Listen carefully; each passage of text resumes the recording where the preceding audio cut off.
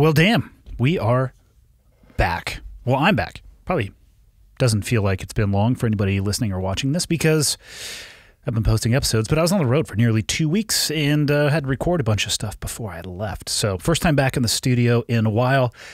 It's Friday. You know what that means. It's going to be Q&A. If you listen to the podcast, you know who the podcast is brought to you by. Black Rifle Coffee. If you want coffee that doesn't suck, you know where to go to find it. It's blackriflecoffee.com. And if you're looking for anything even in the peripheral coffee space, whether it be mugs to drink your coffee in, a Chemex to make your coffee through, instant, you know the deal. T-shirts, hats, all the metaphorical ways that you could fly the flag. That's where you go, blackriflecoffee.com.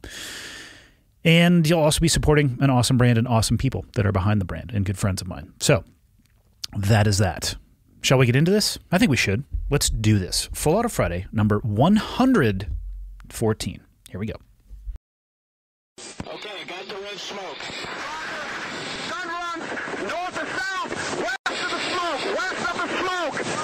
Okay, copy, west of the smoke. I'm looking at danger close now. Come on with it, baby, give it to me, I need it. You're cleared hot. Copy, cleared hot. Konnichiwa, everybody, on this fine Friday. Here we are. 4 questions for today. Going to do my best to earn my place. If you're watching this, you can see me wearing the new shirt that I just had made, which is my, you know what? It's absolutely my favorite shirt that I've made so far. Super simple, not easy to do. Yeah, we can talk about that later because one of the questions ties into it just a little bit. So here we go. 4 questions. Number 1. I am a retired senior chief, Master at Arms, going into teaching as a second career. For those of you not familiar with the military ranks, a senior chief is an E8 in the United States Navy, E9 being the highest you can go. There is no E10 in the Navy or any other military branch, and sometimes E9s forget about that. But that's a topic for a different question. I plan on teaching history at the high school level in the public school system in California. With the current political climate around education, do you have any advice on how to actually represent history to students in a truthful manner that will inspire them to make our country a better place to live, not burn it to the ground? There are things that I'm going to teach, especially concerning slavery and what happened with Native Americans, that I want to relay in an honest manner, with empathy and tact, but I don't want to leave students feeling disgraced about their country and turned off from engaging in the process. What would you want to see out of a history teacher for your kids? Asking as a fellow father. I love this question, and it's, I'd say, relatively unique along the spectrum of questions that I have received, which is why I picked it. And for whatever reason, I'm not a history expert, by the way, but for whatever reason, I do hear people talking about whether or not, was whether or not the correct term? Yeah, I guess, whether or not or how we should teach the history of this country. Should we round the edges on certain things? Should we be blunt and upfront about certain things? And where I land on all of this, and where I think I land on just about every issue, is that if you're going to, looking at this from the perspective of being a father, and to go to what you were asking at the end of, from a fellow father, what would I look to from a history teacher? The history of this country, we have some black marks, some black stains for sure, and things that we absolutely should not have done that looked at through the rearview mirror are idiotic and inexcusable, in my opinion. Even before slavery, which is one of the issues that you brought up, and treatment of Native Americans, let's look at women's right to vote. In the rearview mirror, why in the fuck were women not just given the right to vote when men were given the right to vote, right? The answer to that probably has something to do with the times or the context or society at that point in time. But in the rearview mirror, we look like a bunch of idiots. Now, we can obviously go farther back. I would say that slavery and treatment of the Native Americans are by far 2 of the darkest marks of our country. But I don't know necessarily, when you talk about slavery as an example, in through the context and optic of the modern era, for me as a person, I can't get my head to a place where I could even figure out how slavery would have been something that people would have been okay with. No, I just own these other human beings and they do my bidding. It's like, as a person, I'm like, what the fuck are you talking about? That is one of the most idiotic concepts that I've ever heard of. But it's not unique to the United States. I'd actually be surprised if you could find in the history of human species a country that was not in some way, shape, or form built or touched through slavery, whether their economy relied upon it for a certain degree, whether it was part of their formation as a country or a nation as well. And that is not to excuse it in any way, shape, or form, because in my opinion, slavery is completely and utterly inexcusable. But I think the issue of slavery speaks far more to the human species than it does to the United States of America.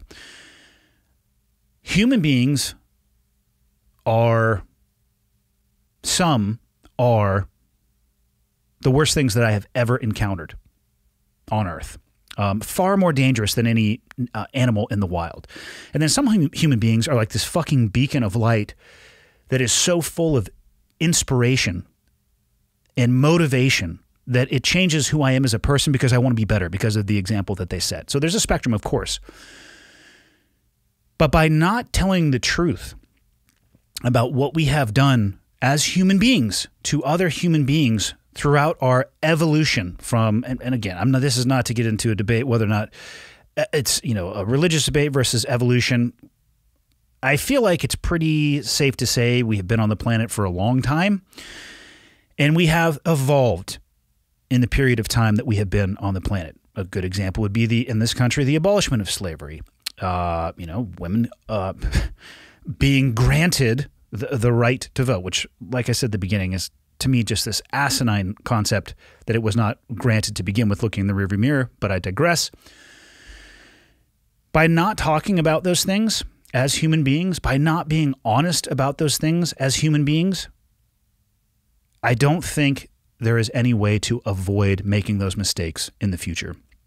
And maybe not those exact mistakes, but if we're not honest about the potential horrendous nature of human beings to other human beings, I think it lends us towards potentially going to a place where those behaviors, maybe not those specific behaviors, but those type of things can repeat themselves.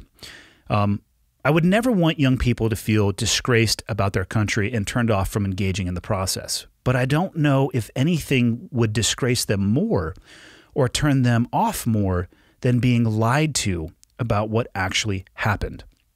I think discussing this in obviously age-appropriate terms and an appropriate vernacular, using things like empathy and tact like you talked about, but not shying away from the absolute truth about what happened, could probably engage them even more in the process. Because if you understand how fucked up it was, you can be motivated to make sure that it never happens again. And to me, what would turn me off, like I said, about this country and would make me feel disgraced about this country and would turn me off from this process if I was lied about it from those who were in a position of authority and empowerment and influence, which a teacher absolutely is, and then found out later on that the truth wasn't told. That would erode my faith in this system so much more than being told up front.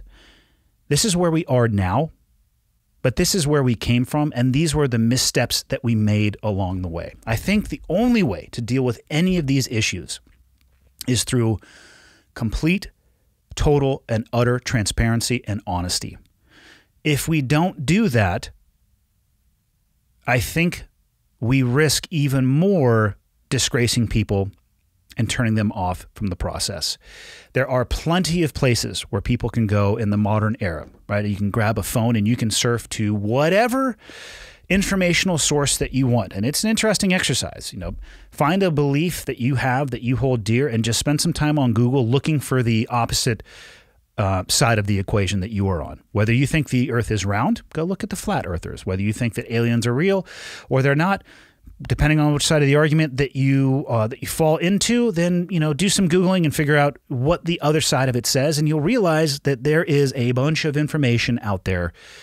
You can basically find whatever you want to, but it's through a device, which I find is oftentimes far less influential, especially at a young age, than the teacher that can develop a relationship and have these difficult conversations. Base them in honesty. That's what I would want as a fellow father. I would want a teacher who doesn't shy away from the shadows, that will turn on a flashlight and actually illuminate the areas that don't have as much light. So we can find out what's hiding in there and maybe figure out where the motivation came from and learn lessons from when we were a less evolved species. Like I said, I can't even fucking imagine the headspace of somebody thinking that ownership of another human being is justifiable. I don't even know if that's the right word, or reasonable, but I don't ever want it to happen again.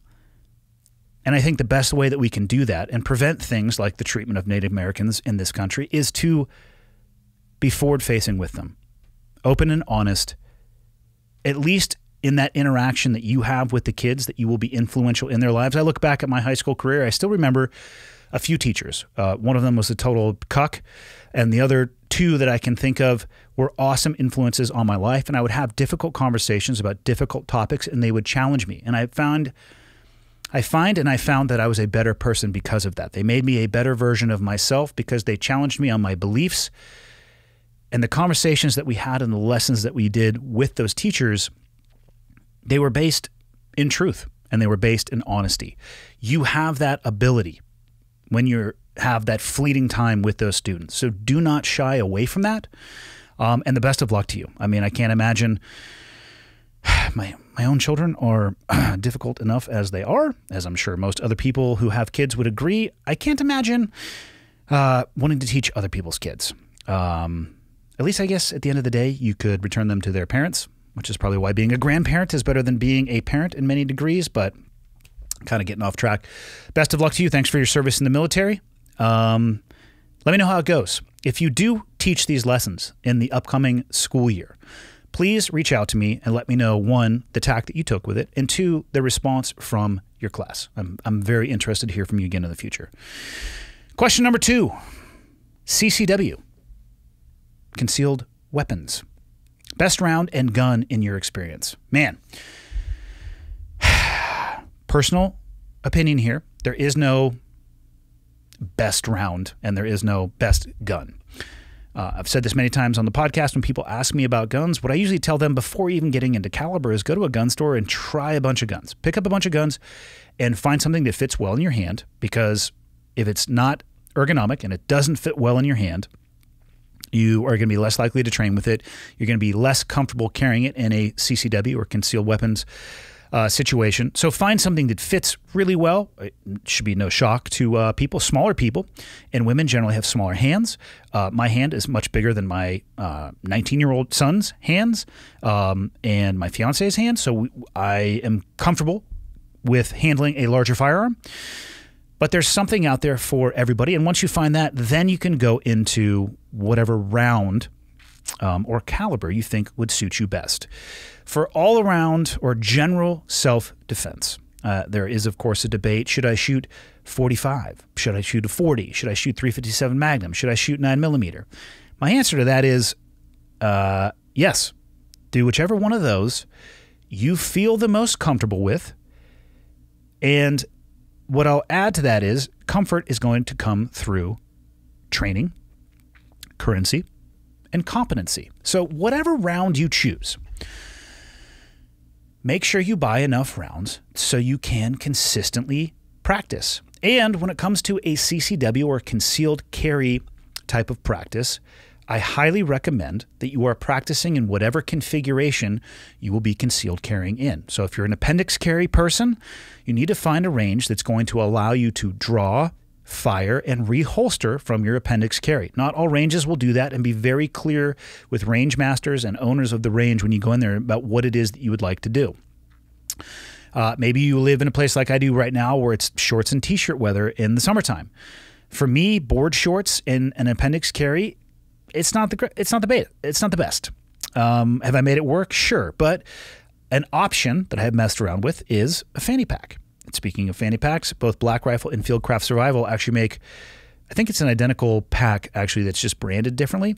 But I have one. I gave one to my business partner. I've given one to a friend. It's just another good option. But if you've never practiced unzipping a fanny pack and you get into a situation where you need to readily access your tool and you unzip the wrong pocket and instead your wallet and cell phone fall out, and when you needed it to be your pistol, that's probably not the best, right? So generally we don't rise to the occasion. We fall to the level of our training. So make sure you're training in an environment and in a configuration that is going to fit how you're actually going to carry your concealed weapon. Now, there is a lot of debate about caliber. You know, is 9mm enough to stop somebody? Maybe I need to use .357. Maybe somebody's out there is like, you know what? I don't want to worry about that, so I'm going to go with a Desert Eagle 50 cal, right? Because fuck it, even if I hit him in the shoulder, it's probably going to stop him. And although that's likely true, I would love to see a concealed carry setup for a Desert Eagle. For me, accuracy is far more important than the actual caliber of the round. Accuracy is final. It's actually even final over speed a lot of the times. If you can take a well-aimed shot once, I'm not saying you're not going to take any damage, but that's better than 5 poorly aimed shots that don't hit their intended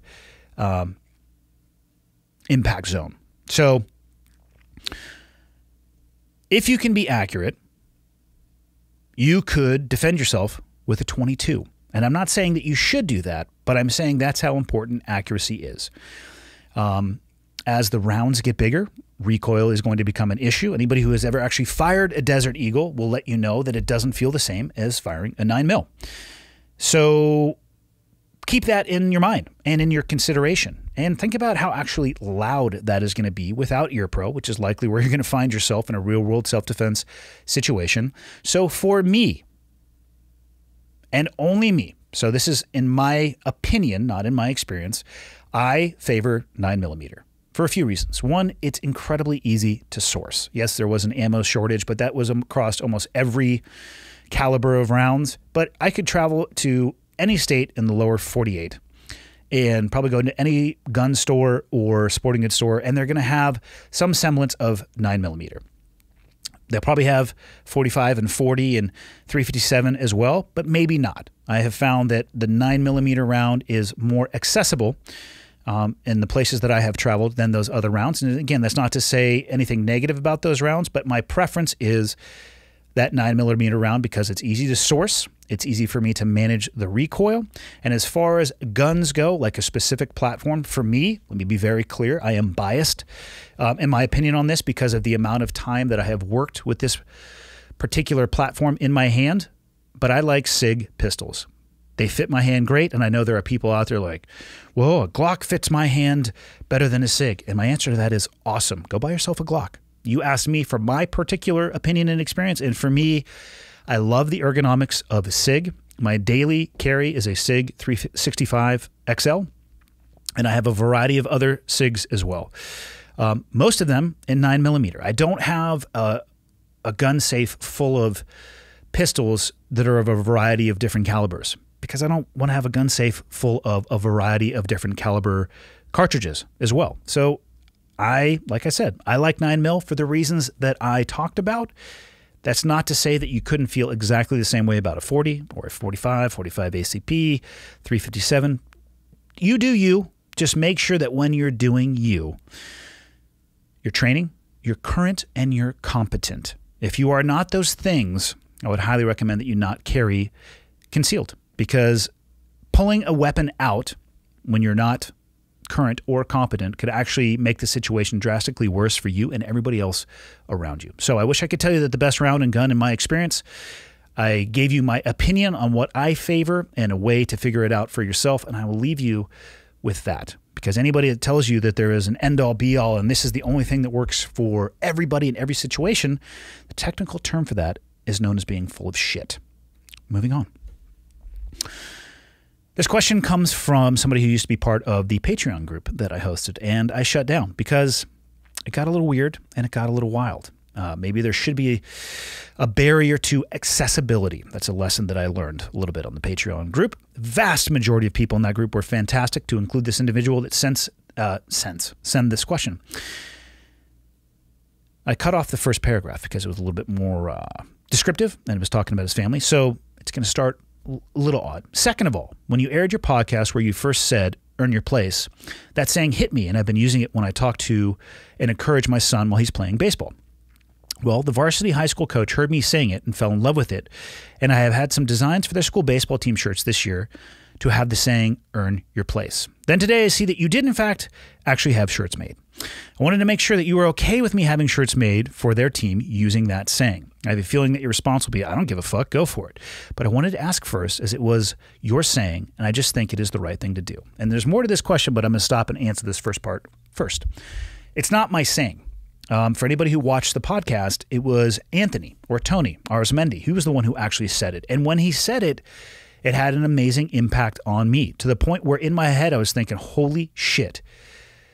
That is one of the simplest and most powerful mottos that I've ever heard. 3 easy words: earn your place. Doesn't matter who you are or where you are. If you're a dad, a CEO, a law enforcement officer, I don't care what title you want to put on it. Every single day, if you focus your efforts on being the best version of that and earning your place in society, or earning your place in a relationship, or earning your place in a family, or earning your place in a business, you're going to be a better person for it, and the world around you is going to be a better person for it. I suspect Tony didn't come up with that saying on his own, or maybe he did, but I'm sure it's been said before, and that's why I could care less if you or anybody else uses that saying to make a shirt, because it's not about the shirt per se. It's about people seeing that message and it actually having an impact on who they are and how they want to behave. That's all I care about. When I started the podcast, I didn't know shit about podcasting actually when I started it, which was maybe not the best approach to take, but it seemed to work itself out okay. But I had no idea that I would one day be making shirts. I didn't know anything about advertising revenue or any of that. I started it with the idea of exploring who I am and what I believe. Now, yes, obviously I sell t-shirts and things associated with the podcast, and almost all of those have been requests or ideas from people who listen to the podcast reaching out to me. Because, I will be totally honest with everybody, my weakest point is design. I can't draw. I suck when it comes up with creative ideas. I really leverage and need designers who have those types of ideas. If they can give me like a baseline, I can give some input from there, but I am terrible at coming up with ideas on my own. So I've taken other ideas from people and done things with them. I can't think of anything better, though, than you hearing that on a podcast and then your son's baseball coach hearing that and it being impactful enough that they want to put it on their jersey. I care so much more about that than selling a fucking t-shirt that I just don't care. So if anybody hears that phrase or wants to do something with it, please understand that I don't own it. Tony doesn't own it. I'm sure somebody could go out there and trademark it. I don't know anything about that, but feel free to do with it what you want. Hopefully you see it and or hear it, and it just makes you want to work harder to be a better person, and therefore impacting you and everybody else around you. So do with it what you will. Now back to your question. Lastly, if you remember, I am divorced 3 times. All my fault to some degree, but those are different conversations. I have been dating some, but have not really met anyone who has me saying, fuck yes. If you have never read the article of The Art of Fuck Yes or No by Mark Mason, I strongly suggest it. I haven't read it, by the way. He has 2 books out. One is The Subtle Art of Not Giving a Fuck, which I think is on the table here somewhere. It was gifted to me, which I also highly recommend.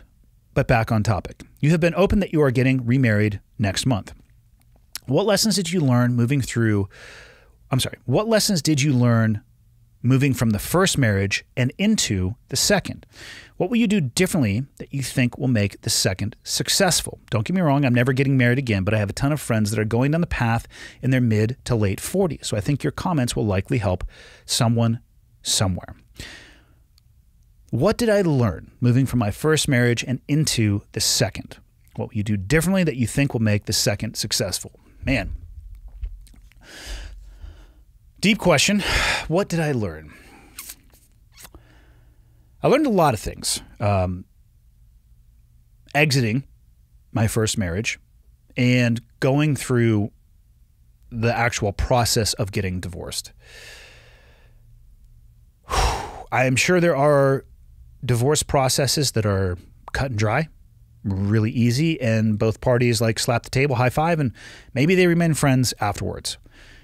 Without talking about any of the specifics of myself or my ex-wife, I will say that that is not going to be the case for us. I don't suspect, and I don't think that's either her fault or my own. I think that is just the place where we left things, and it may be a bridge too far. I think the biggest things that I learned were not about somebody else. They were about myself. I recognized where I fell short and how often I fell short and how I could have done things so much better. And I wish I would have done things so much better because, I'm not – people look at a divorce and I've heard people say this like, oh, it's this other fucking person's fault. I didn't do shit. It's like, I'm not so sure that's actually accurate. I have a heavy hand in the fact that my first marriage failed. I would never sit here or ever and try to say that it is my ex-wife's fault. What I will say is, and I think that she would agree to this, is that we were not the right people for each other, but we met when we were in our early 20s. And I didn't know who I was in my early 20s. And I'm now nearly in my mid 40s, and I'm still figuring myself out along the way. But what I have now is more time in the rearview mirror to take stock of who I am and why I behave the way that I do.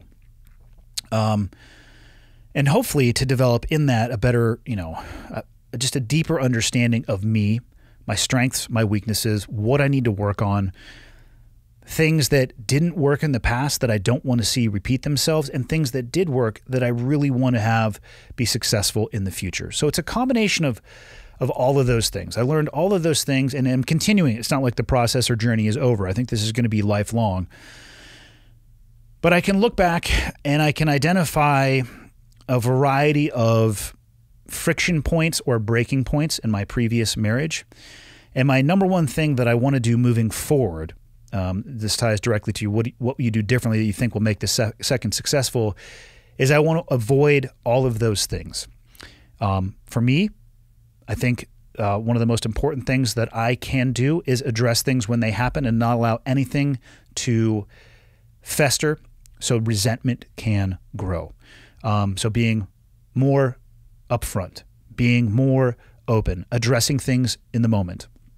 And that will be easier for me to do because my life is substantially different. I am no longer in an occupation that requires extensive periods of time out of town, whether it be for training or deployment. I'm at a place in my life where I can be a lot more physically and mentally present. And so that is going to make a huge difference. And it has made a huge difference just in my life in general. I used to do one thing and I have transitioned out of that to the best of my ability. And I'm trying to become a completely different and better person using the lessons from my past, rolling them forward, trying to be the best version of myself that I can be. And don't get me wrong, I fall on my fucking face from time to time. I'd love to say that I never make a mistake and that I'm perfect and that I never do things that are stupid or say something that's, trite or just off the cuff or just am a smart asshole sometimes, but I do. I try to recognize those things and I try not to repeat them, but I'm just trying to take the failures from my past, of which they are numerous, and not repeat them in the future. And the biggest thing between my previous marriage and my thoughts on my marriage moving forward, it's not a matter of what I am going to do differently. It is a matter of me being a different person in a different phase of my life.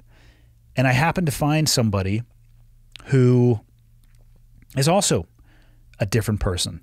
And together, it's amazing. And that's the best way that I can describe it. And that is not to say a single negative thing about my ex-wife. We were different people at a different time, and it didn't work. And this is a conversation that I have with my kids because I don't want my divorce to change their perspective on marriage. Yes, your mom and I's relationship didn't work. But that's because we were not the right people for each other, or we allowed ourselves to grow apart until we became the wrong people for each other. And instead of trying to force that square peg into a round hole, which was a small controlled nuclear reaction for detonation for everybody around it, I think we made the correct decision to part ways and hopefully remove that tension and stress. A divorce doesn't mean that marriage is flawed. In my experience, from what I have seen, it means that you may have had an error in judgment in the person that you wanted to live your life with, or you might have had a moment of being a fucktard and done something really stupid. Very different things, but it can net the same outcome. So for me, it's more a matter of finding a person that is an amazing fit for me. And all I can hope is that I am an amazing fit for her and she feels exactly the same way. So what I'm doing differently is continually trying to evolve and become the best person that I can be, which is not to say that I wasn't doing that previously, but I'm just a substantially different person than when I got married the first time. And taking those lessons forward and trying to avoid the mistakes that occurred, regardless of whose fault they were, in my previous relationship. And hopefully that answers your question. Last question for today. If I were to blindly jump into your podcast, what were some of the episodes that you enjoyed making the most? What are some you think are need-to listens? What were some that were hard to get through or actually pissed you off? And overall, what do you think about someone who is homeless right now and 35 but has a passion for art and tattooing but cannot possibly find a tattoo shop? Having done everything to get into one, I'm feeling I'm losing hope. Thank you for reading this. I'm going to go backwards on this one. Having a passion for art and tattooing is amazing, but I would try to solve the homelessness issue right now, which obviously is probably going to require a job, stable finances so you can find a stable home. And maybe that's not going to be art or tattooing to begin with, but I find people are not able to thrive when they are in crisis mode. I've never been homeless. I can't imagine it's amazing though. So I am going to describe that as a crisis that needs to be handled before you pursue your passion. I think if you can get into a stable place where you have that stability, it can provide an environment where you can become even more creative and you have more time for your passion for art and tattooing. But I would put the stability over the pursuit of tattooing to begin with. Even when it comes to job applications, most of the time, if not always, they're going to ask you for a mailing address, or your home address. Are you renting? Are you buying? And, you need to be able to answer those things. I've never been a tattoo artist or applied for a job there, but I'm just talking about in general, my experience when it comes to that stuff. So handle the crisis first and then pursue the passion. Now, as far as the podcast episodes, enjoyed making the most. Top of the list for me are episodes with my dad. The opportunity to sit down and have conversations with my dad has been amazing. And they'll live on forever. And I hope that my kids one day will listen to them. And I know that I will be grateful later in life when I have the ability to listen to them back again, when I no longer have the opportunity to sit and have those conversations with him. Must listen ones. I think the first podcast that I did with Mike Glover is definitely worthwhile. Nick Norris stands out in my mind. I'm a couple hundred episodes deep at this point, and a lot of them are me just exploring ideas with friends and people that I used to work with. I've had some great conversations with Evan Hafer, the founder of Black Rifle Coffee. So I don't know.